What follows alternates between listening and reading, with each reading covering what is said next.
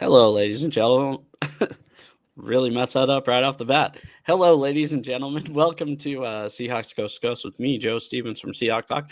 And to my left is Zach from Zach Talks Hawks. How are you doing? I'm doing pretty good. We actually get to talk about real life football.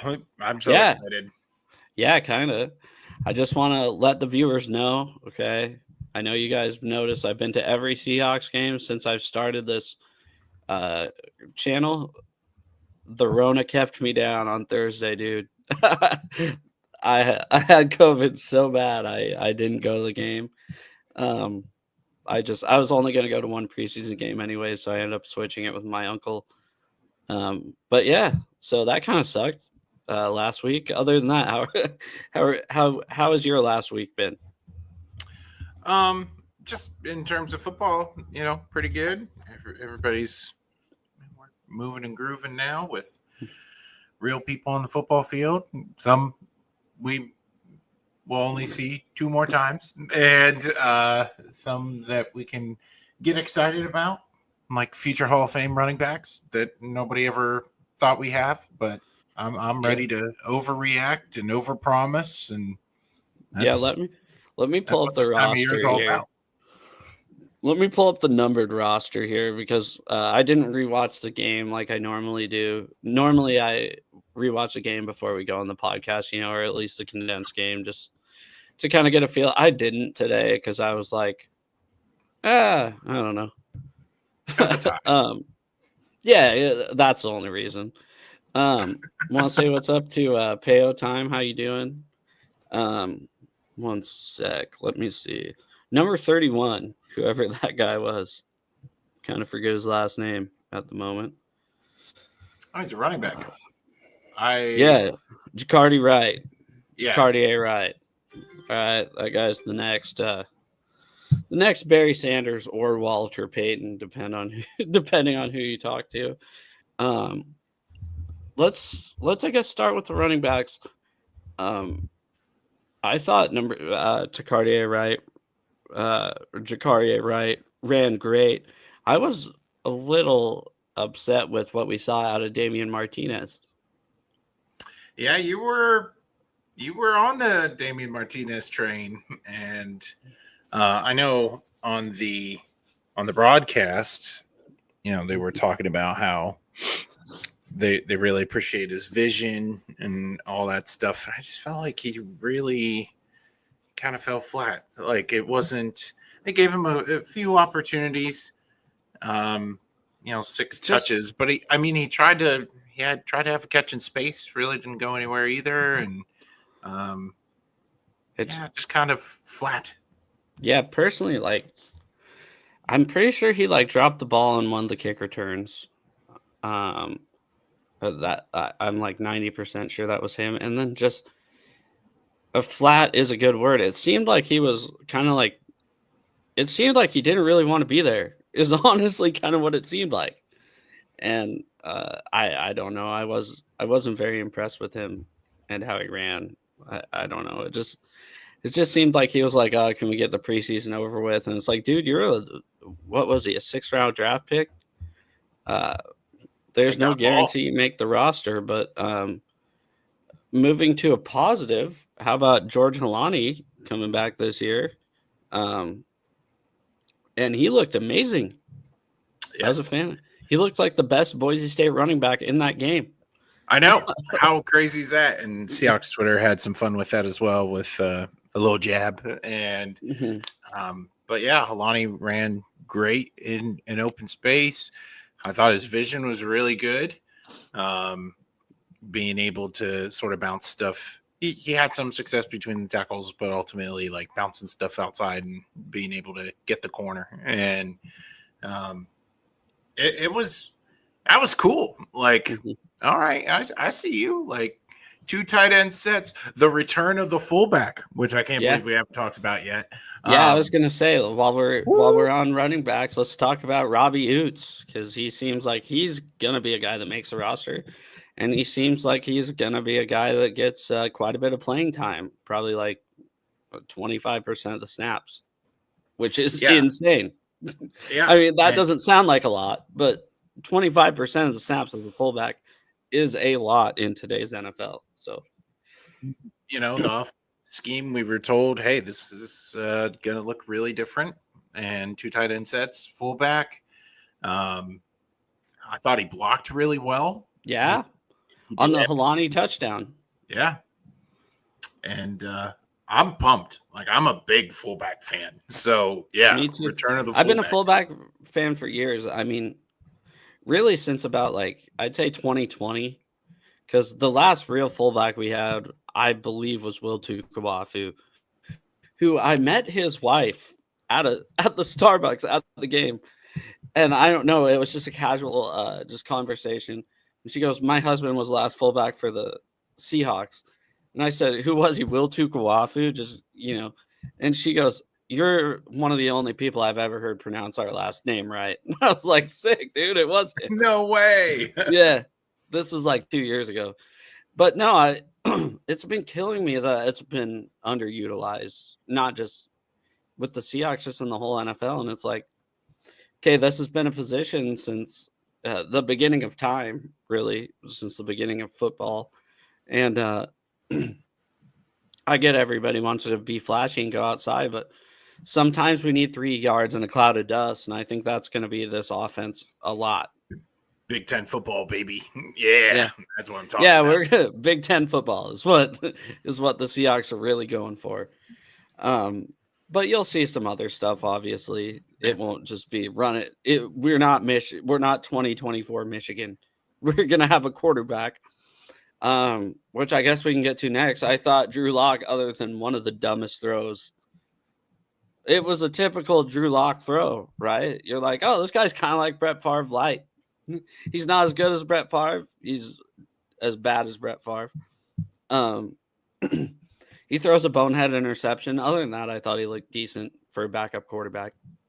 Yeah. All right. 12 of 22, 147, 1 TD, and that terrible interception. It was so funny. Right before the pick, they were talking about how he's matured, he's smart with the football, has looked great during camp. Pick, and I'm like, oh no! And for him to bounce back and play pretty well, I thought he sensed the pressure. What little there was, which will be a whole nother conversation with that group of guys on the offensive line.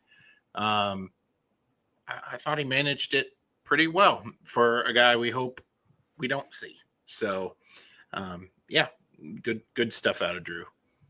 Yeah, and then Jalen Milroe, what I was afraid about, I think we talked about this going into the game. I was afraid he was going to ball out. And I was afraid that Seahawks fans were going to, why aren't we starting this guy? And we're going to hear it at some point throughout the season. I'm not stupid.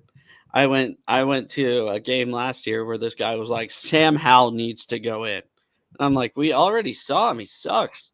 And then he goes, he's faster than Geno Smith. I go, he's not. He just runs the ball more than Geno Smith. He's definitely not faster than Geno Smith.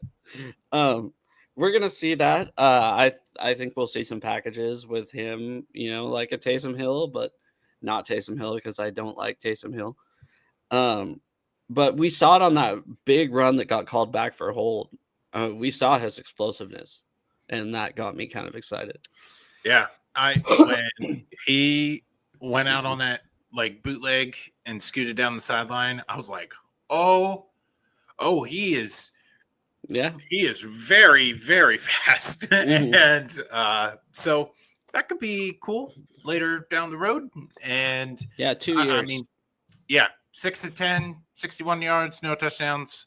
I thought he threw the ball pretty well into coverage. I thought he saw the field pretty well. He was able to slide and make time in the pocket. He had this one sidearm throw out around a linebacker and hitting his guy, and I was like, ooh, okay. There's something there. There's potential. Yes, yes. Yeah, it's not. Yeah, I mean, we saw it on the 4th down try.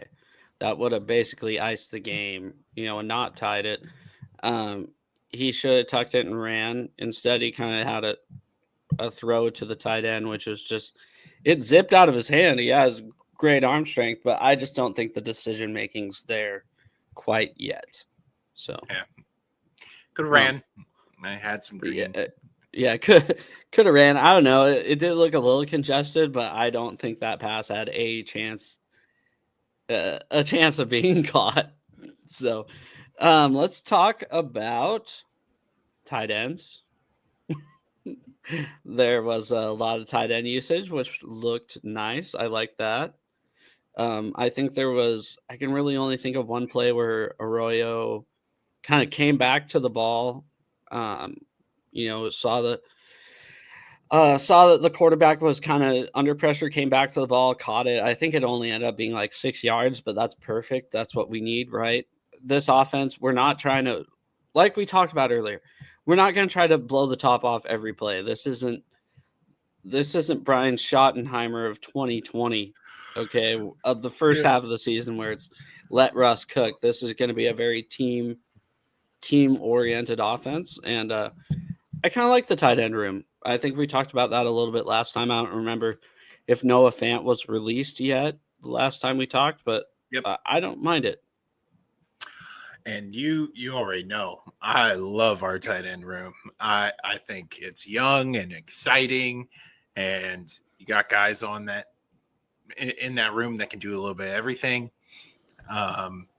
They talked about, especially after that catch that you talked about from Arroyo, was they were like, they almost look at him kind of like as another giant wideout.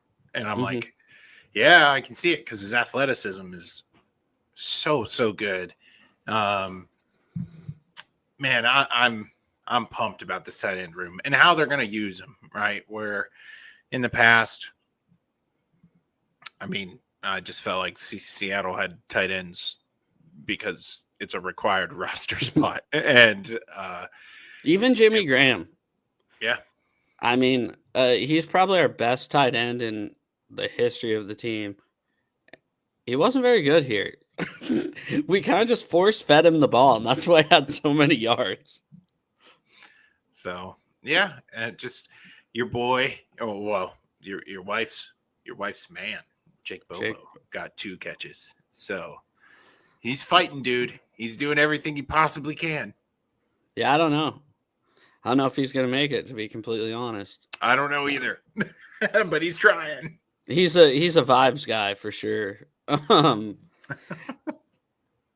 Yeah, I don't know. The receiver room, I think we saw a lot from Torrey Horton that we've been hearing about. Yes.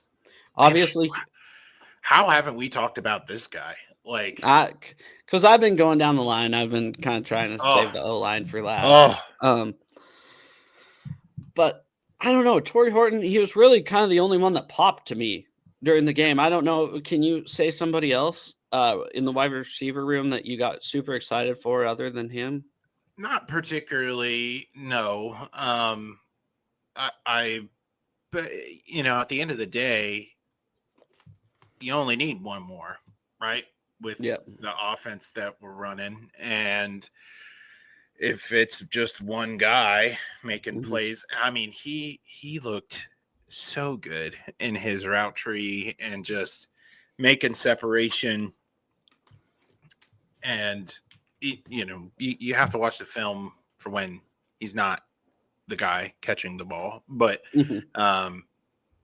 man, he looks so sharp. And you heard all this hype out of camp. Like, yeah, this guy, he could be a steal. And part of it was he's coming off of an injury. And if this winds up being a big steal, like tip of the cap to management, to noticing that, to say, hey, even as the roster is constructed, we still have a need. And let's take a flyer on a guy that can really turn some heads. So I know it's one preseason game, but everything during camp really correlated with what we saw. Yeah, and kind of a bit of a negative is I don't know if Valdez-Scantling makes the roster, because I think Horton's going to take what Valdez-Scantling was supposed to be, which is fine. That's completely fine. Obviously, way younger on a rookie salary. What round was he picked in? Fourth, fifth? Fifth. Yeah. Obviously, not making a lot of money. He looks the part so far, so that wouldn't bug me. But let's get to our offensive line, and let's get to Gray Zabel, who on the first play of the game we thought, "Oh my God, we just drafted a bust." Yeah. Definitely But it got pushed. wasn't.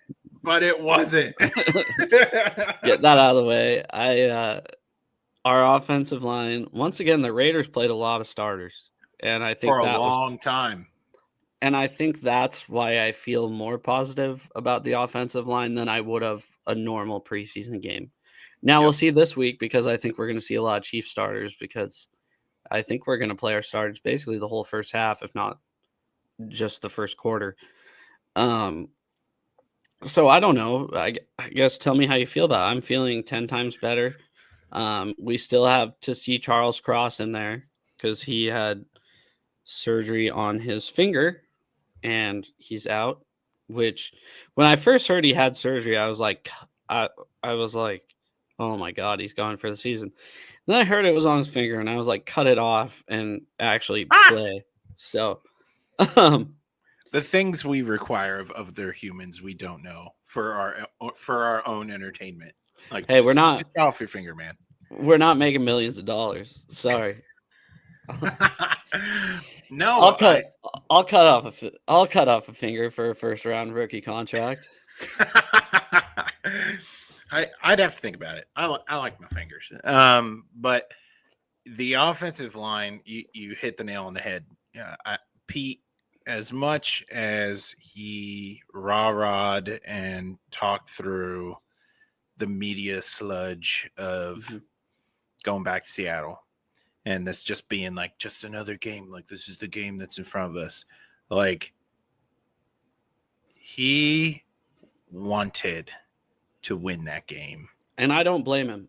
Do you? I don't blame him either. I do wish he was a bit more honest, and yes, he has nothing but good things to say about his time here, but it got pretty old pretty quickly over his. It was so fake. His fake ambivalence of going back, and then you see him on the field, and he's walking around with blitz, and he's throwing gum in the stands, and I don't know. like I don't mind him. I can't. I'm gonna be honest. I have nothing. I just can't find a negative thing to say about him. I'm not saying like I don't. I think a better turn of phrase is like, let your words match your actions. Like, lead with authenticity. And it felt like leading up to it, he downplayed it so much. And then as soon as he got there from and like, it's fine. Like, Pete, like, if you're gonna come back and have fun and embrace the city and play to win, which he absolutely did by obviously leaving his starters out for forever and a day, playing the and second the second stringers, yeah, the second forever stringers and a day, and like, just, it's okay. Like, you have been in this league for long enough where everybody's going to look at that and go, yeah, that's Pete. Like, just own it. And yeah, the raw, like, just another game stuff, and then turning around and playing your second string quarterback for a year and a half, playing your defensive starters for multiple drives.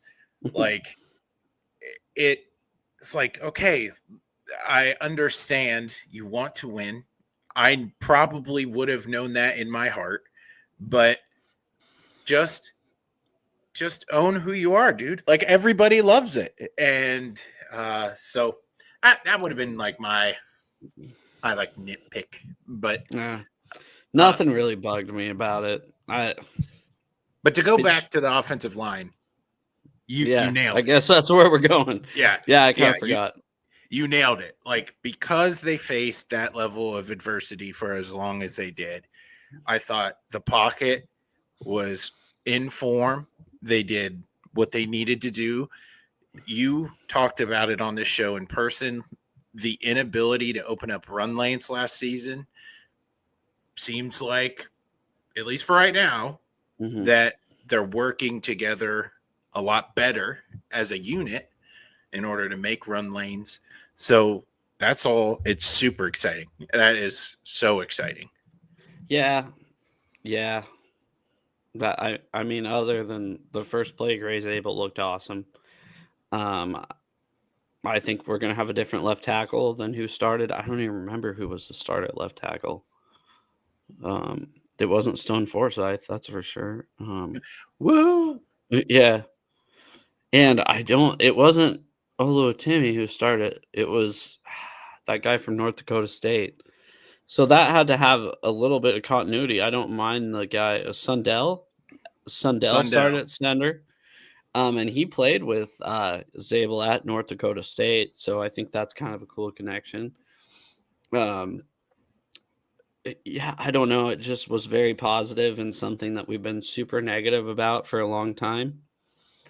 That's all I can put it. Let's see how we look on Friday and kind of come back, and see. Just because I don't want to get my hopes up too much. So Geno Smith,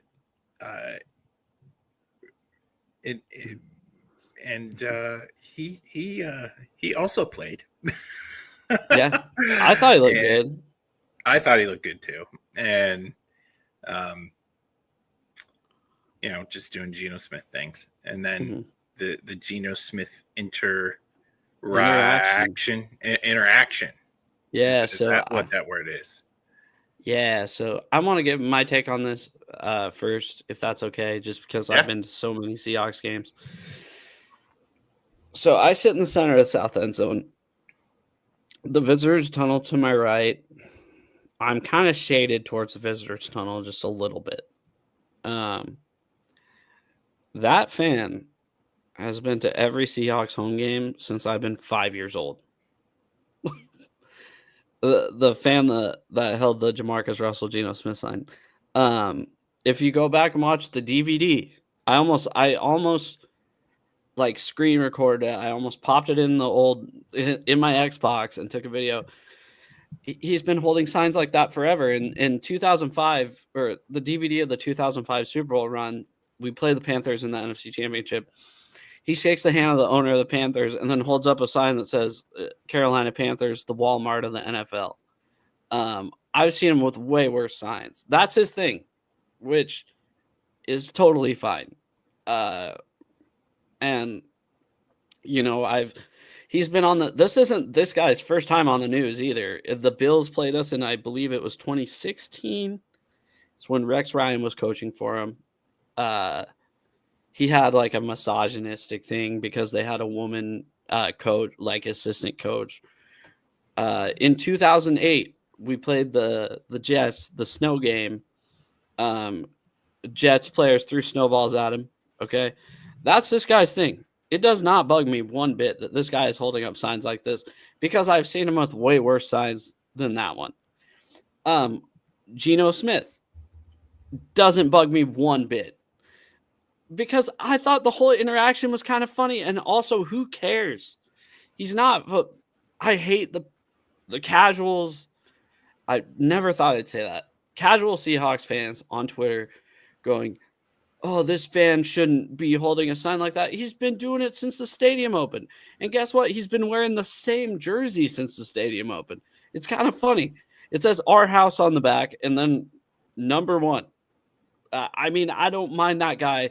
I don't mind Geno Smith flipping him off because none of it matters. And if anything, I think Geno Smith lightheartedly did it.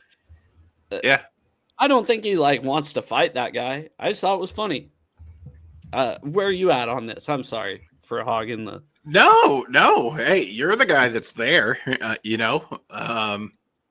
I wouldn't have never known that about that fan, and to hear like, nah, he's a regular. Every home game Yeah, that's that that's I've pretty good. ever been to. Yeah. So, Sorry. personally, I have my own convictions about the double bird, and it's not a gesture I would find myself doing, just because of who I am and what I do. But put that to the side. Yep. I don't have a problem with it at all, like zero. And I looked at that sign and I was like, this guy is just being a funny dude. Like, he's a bit of a doofus. That's a bit of a hot take. And I think when we saw Gino look at that and show his displeasure, like, I thought the same thing you did, where I was like, Gino's like, he's playing into it. Like, oh, he's back home now and he's gonna, rile him up. And I personally, I don't have a problem with it at all. I think generally speaking, I think most fans appreciate what Gino has been able to do, not just here with us, but his story is remarkable. That's kind of And like Sam Darnold.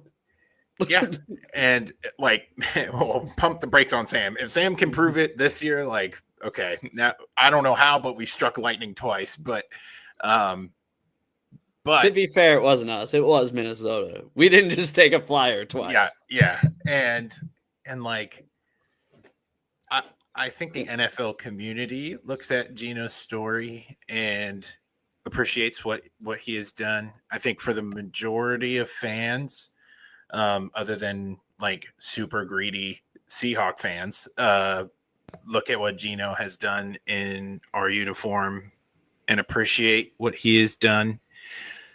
So when I saw that interaction, I was like, like, it's all in jest. Like, I didn't have a problem with it at all. Okay. Well, I'm glad we're kind of on the same page. We didn't have to fight about this one. But no, no, not at all. when you said I have my own feelings about the double bird, I was like, oh man, this guy's going full anti Geno Smith here. No, I context matters. I can So like, so just quick. So for anybody watching that doesn't know, like, I'm a huge NASCAR fan, and Kyle Busch, baby.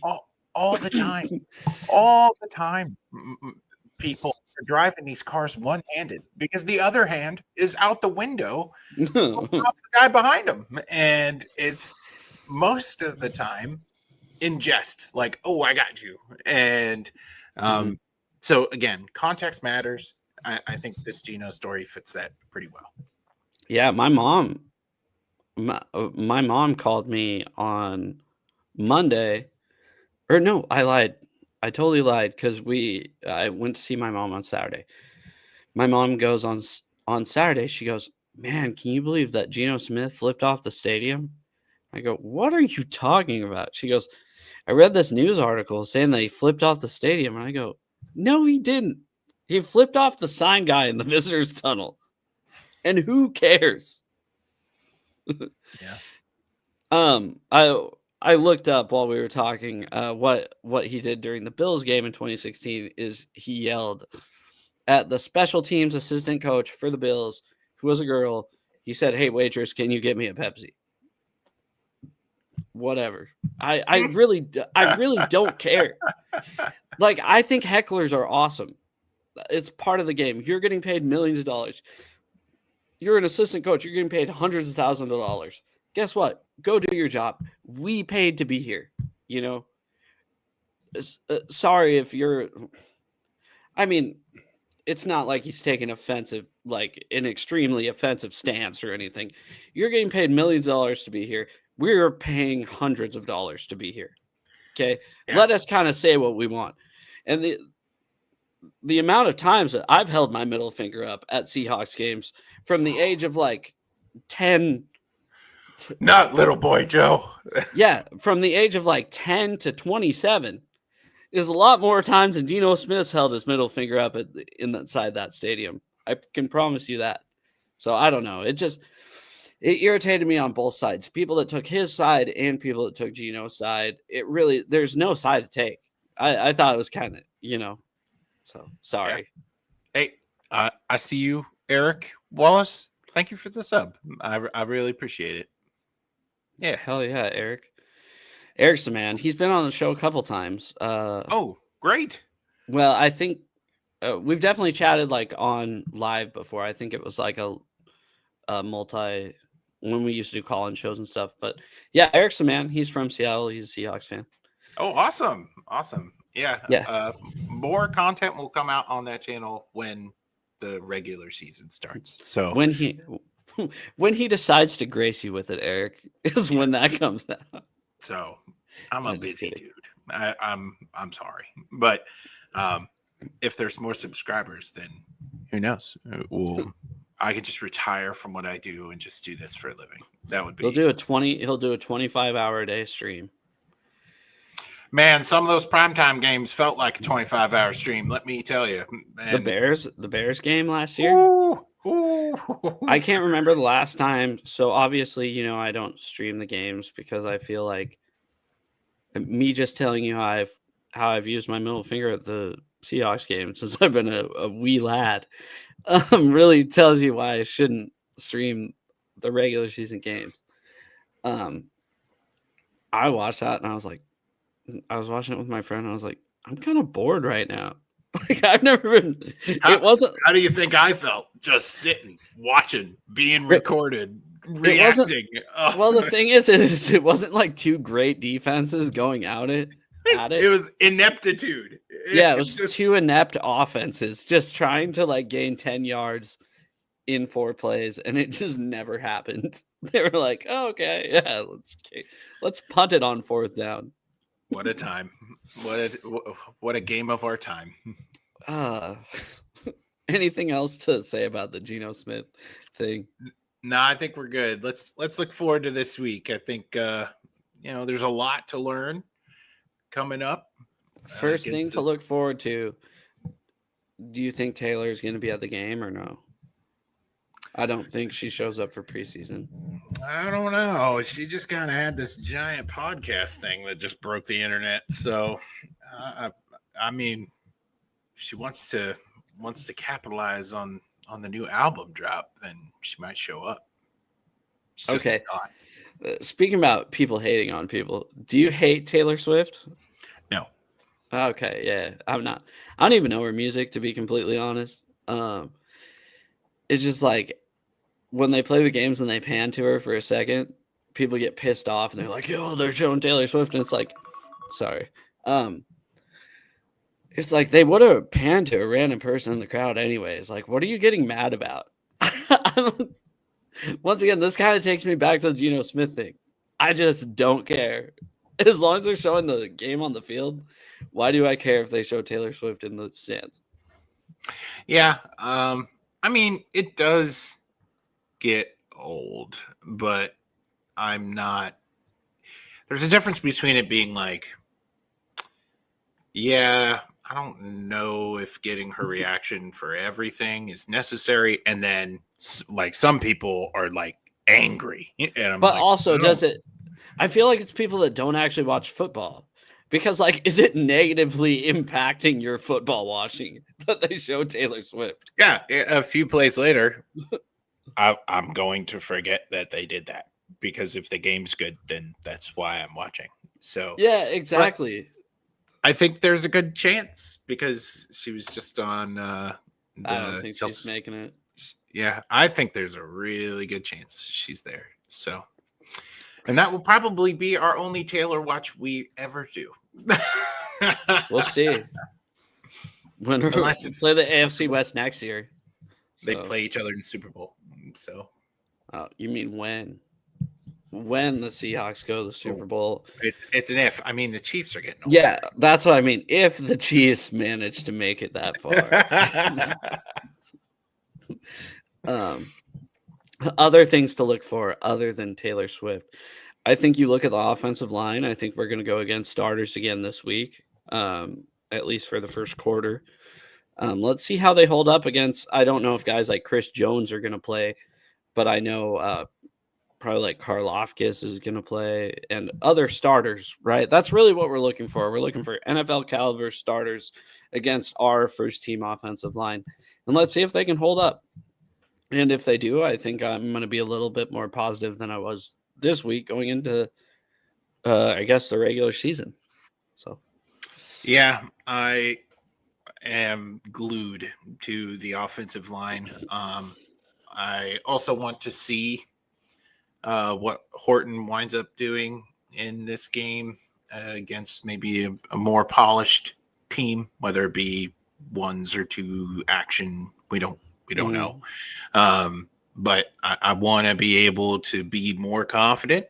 I am already confident. I also want to say that Horton hears a Seahawk. When that catches fire, that came from me. I am the first that coined it and made it to Twitter. And it right off the dome, poetry. Taylor, if you need creative ideas, hit me up because that's the kind of art I'm making. And let me tell you, later on in the game, started seeing it more. And I'm like, I was there first. I did it first. Do you like how? So obviously, I wasn't on the game because at the game, or even had people over, because I was on Twitter like a motherfucker. I was like, I'm gonna tweet this into blank space, and no one's ever gonna see it. But whatever. I did. Somebody posted when he scored a touchdown. Horton hears a who, and I just tagged you in it. I was like, sick. I was excited that this idea is going to catch on, hopefully, but it needs to be Horton here's a Seahawk, and you can be like the guy that invented the name Legion of Boom. No one ever gives that guy credit. I know. The pieces have been laid. Like, and you know that guy. Could be that guy. You know that guy who invented the name the Legion of Boom because it all started just from people calling him whatever, right? You know the guy who first said it, it's like, I said it first. God damn it, I should have trademarked that. I want that disappointment in my life. And to know, like, oh man, I'm the pioneer here. Nobody knows. But without me, this would not have happened. Yes. It would have happened fractionally more slowly. And I'm looking forward to seeing him. Obviously, if everybody plays, you want to see Sam and hope that he looks good. And part of me hope he looks like he sucks, right? Oh. Obviously, I don't really hope this. I want to see him like throw three interceptions, like 2 completions, and then he sucks, and everybody's bagging on him on Twitter. Sorry, excuse me. And then week 1 he throws for like 400 yards and 4 touchdowns. Like expectations are super low. Yeah, and then exactly. he just blows it out of the water. Yeah, exactly. I can get on board with that. Obviously, it would kind of suck to see him do really bad this weekend or Friday night, but because you know what would happen, right? Twitter, dude. Well, Jalen Milroe would just ball out, and then even if he doesn't, the name value's there. It'll be that guy talking about put Sam Howell in. It's gonna be a repeat of that guy. So anything else? Oh, Nick Imamori. We didn't really talk about the defense at all. I'm excited to see him more this week. Me too. He looked quick, and it Mhm. was great to see him be able to start to figure out what a Mike Macdonald defense looks like. It's good to know that when Nick makes a stop on 3rd and 35, he doesn't celebrate like a fool and bark at the opposing team sidelines I'm, like a former Seahawk would. And dude, I yeah, can't believe I'm the only one that like talked about that. I was like, dude. I know. I know. So for anybody that didn't catch that, so Jamal Adams on the Raiders now, fighting for his life, playing linebacker because now he needs a career. And You even heard Marcus Marcus Robinson. Sorry. Michael Robinson, Michael Robinson. Penn State I quarterback. almost said Marcus Trufant. I'm like, God, why am I blanking on his first name? So Michael Robinson goes, yeah, I guess he's playing linebacker because he kind of struggled in coverage. It's like, yeah, no shit. And There was okay, go ahead. Sorry. yeah, and he just, I was just gonna reiterate, like, him making the basic plays and then losing his dang mind against people on the sideline for a team he doesn't play for is because, like, listen, it's not like the last job Jamal Adams had was on the Seahawks. No, it's the Titans. It was the Titans. No, it was the Lions. Oh, yes, Yeah, it was the Lions. It was the Lions. Still, that's how like far removed we are from this story, and I don't know, man. It's weird. Here's another thing that Jamal Adams did. Okay, I remember I called my friend. We were watching the game, and I go, "Oh shit, Jamal Adams is in." He goes, "Just look for him, throw it that way," and he did. He was in zone coverage. And I forget. I think it was Arroyo. I swear it was a tight end. Like 5 yards to the left of him was the guy who caught the ball. He just caught it. I'm sure Jamal Adams got it. Was 1st and 10. He gained 8 yards, and then Jamal Adams hopped up and started celebrating that he made a tackle. I can't stand that. I cannot stand. I don't mind players celebrating. He doesn't know when to do it. Yeah. I mean, anyway, honestly, Nick, irritated me. Our boy Nick. Yeah, Imamori is going to be what Jamal Adams was supposed to be. And even if he's half of what Jamal Adams was, that's like that's a pretty big upgrade. So news around the league. Jerry Jones still hasn't signed Michael Parsons. And he has beaten stage 4 cancer. See, I wasn't really going to bring that up. And he openly said the quiet part out loud where he was interviewed and literally said, if we're not in the news, I'm going to make us into the news. Well, sounds about right. I'm like, how? Why does he still have a microphone? And does he think this is professional wrestling? Because that sounds like it's literally like a telenovela of bad football decisions. I don't think he realizes. Like, you remember in the 90s, like the late 90s, there was like WCW and WWE, and they were both kind of like battling out for who has like the better ratings. It's like Jerry Jones, but he doesn't realize that that's not the goal. The goal is to like win football games, but he thinks, oh, I need to get the best ratings possible. I'll just say some dumb shit. Yeah. Wild. Um, other news. Shadur Sanders is hurt. Womp, womp, womp. And this was going to be like pure cinema, man. We were going to get one half of Shadur Sanders, and then we were going to get one half of Dylan Gabriel, and they were going to duke it out. And then he gets hurt, and it looks And then like Joe Flacco was going to start no matter what. I know, and it looks like Shadur he's probably not going to play.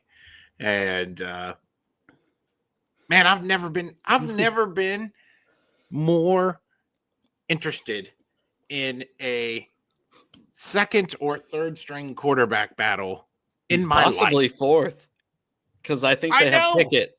They have Pickett. That's what I'm saying. Yeah. It's it's so bizarre, and they took it away from us.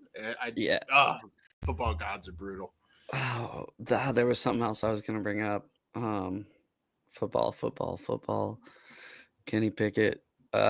Aaron Rodgers, I don't know if you've seen this, but I guess he's addicted to kids. I don't know if you've seen this. Did you see that? No.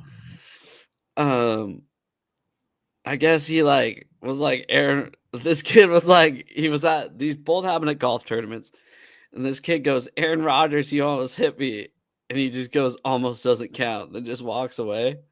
And then this kid threw a football to another kid, threw a football to Aaron Rodgers, and then he missed. So Aaron Rodgers didn't catch it. He picks the football up and throws it the other way to the grandstands. Okay. So I'm like, oh, that's sweet. Any other football news? I found an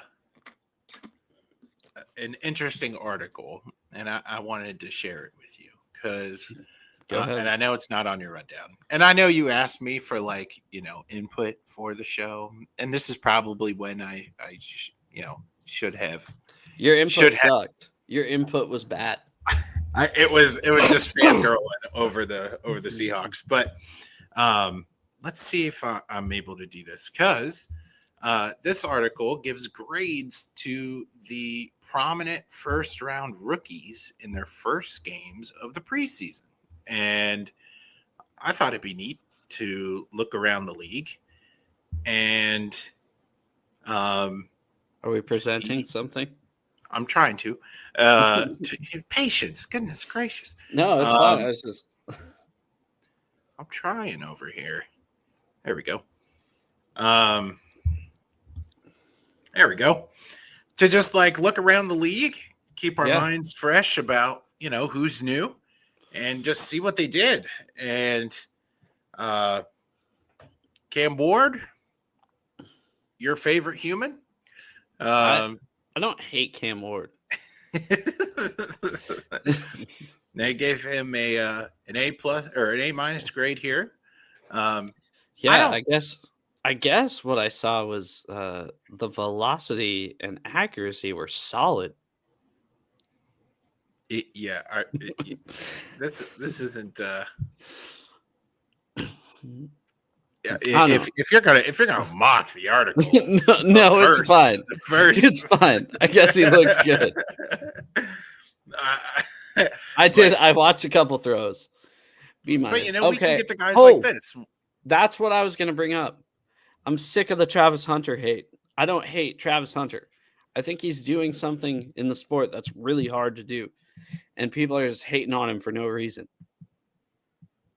Yeah, I agree. I think he's trying to do something miraculous, and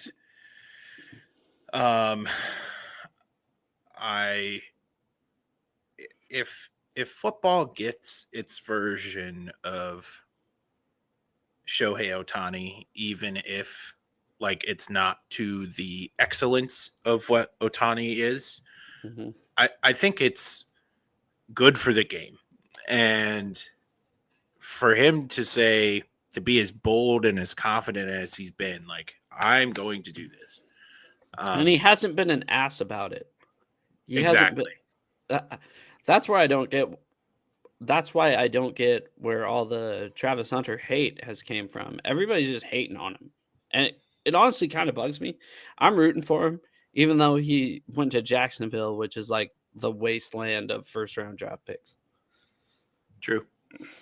But Abdul Carter, my boy, looks like he did pretty good. Faced Pro Bowl Deion Dawkins, and he generated 3 pressures on all 3 of his pass rushing snaps, which does not surprise me at all.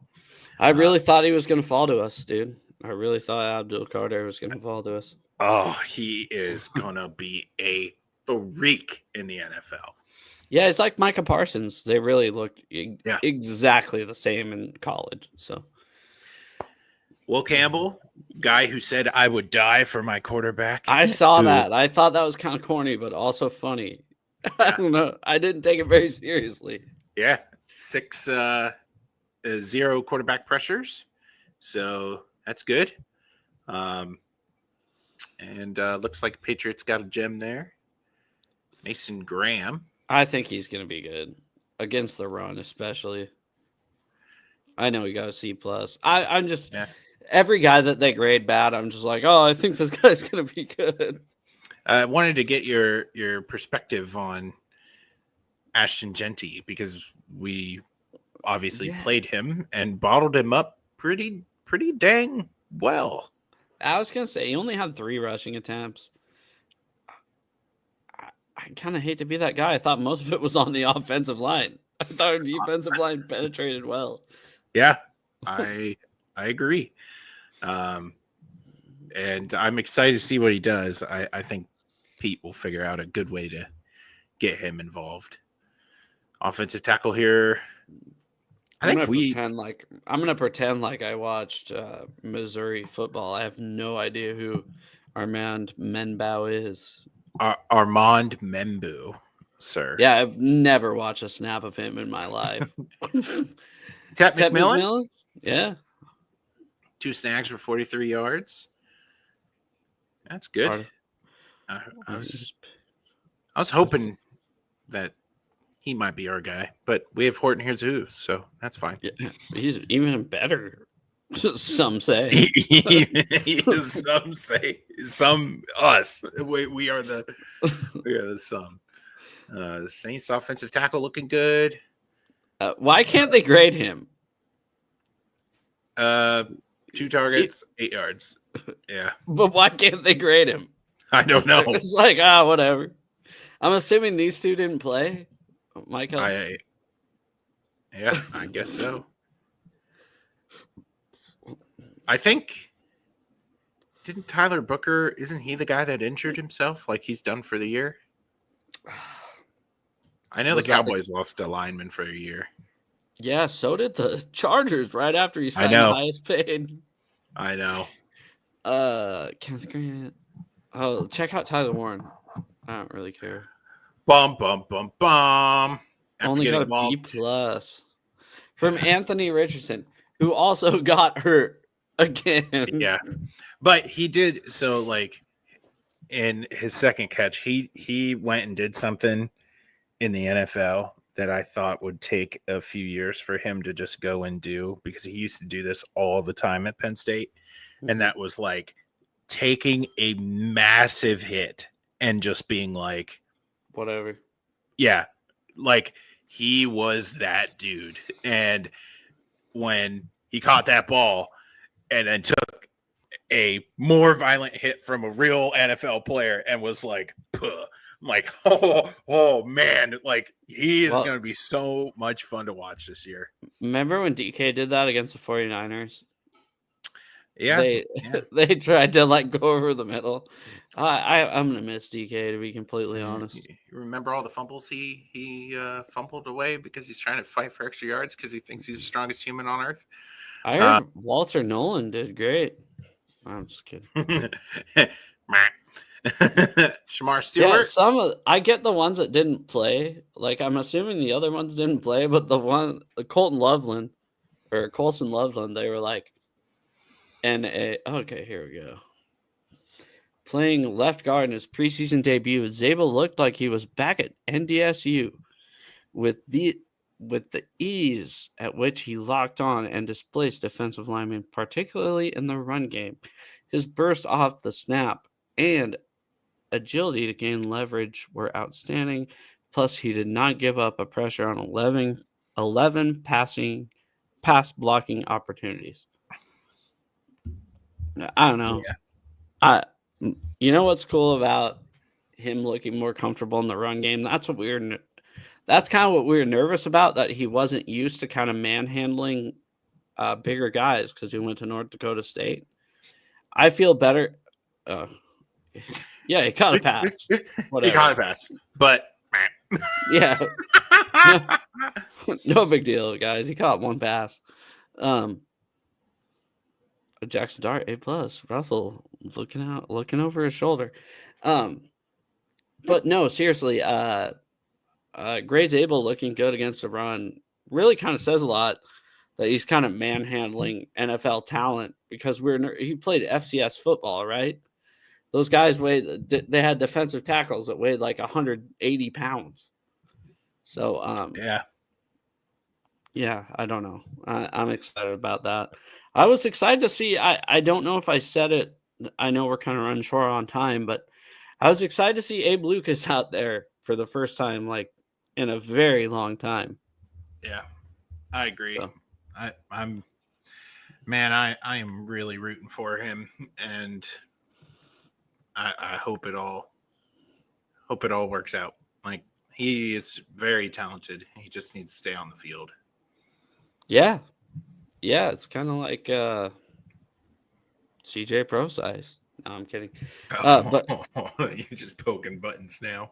But no, it's kind of like Kenneth Walker this year. I mean, Kenneth Walker, Tariq Woolen, Abraham Lucas, Charles Cross got his 5th-year option, obviously. Boye Mafe, I think we talked about it last time, but they're all on contract years. And, it's kind of like prove it, especially with all those guys. I mean, Boye only had they showed the stats on Thursday, and I thought he had closer to like 9 sacks last year. He only had 6. Abe Lucas missed basically all last season. Kenneth Walker hurt every year. We need to see some stuff from these guys that we haven't seen before, or that we've seen glimpses of, or we've seen at their rookie year, especially with Tariq, So yeah, for sure. I think people, have been quick to forget like how electric Tariq was early, and it's like nobody could figure him out. And and last year was kind of like well, does he really want it kind of thing? And hopefully all that's fixed. Yeah. Anything else before you want to get out of here? I'm good. This is always a highlight of my week, and look forward to being able to get off the 2-week rotation and start hitting things every week. I was just about to bring that up. I was going to bring it up off stream because I didn't want to put you on the spot, but I'm glad we'll start doing every week again. Yeah. So. Yeah. Hey, ride or die, bud. Like, hey, you're it. I love it over here. Let's hopefully we don't die. All right. Let's hope it. Oh, yeah. Let's keep riding. let's keep riding. All right. Well, thanks everybody that tuned in, everybody that's tuning in now, and everybody that's going to tune in the future. Make sure you subscribe to Zach Talks Hawks, and have a good weekend. We will see you next Wednesday.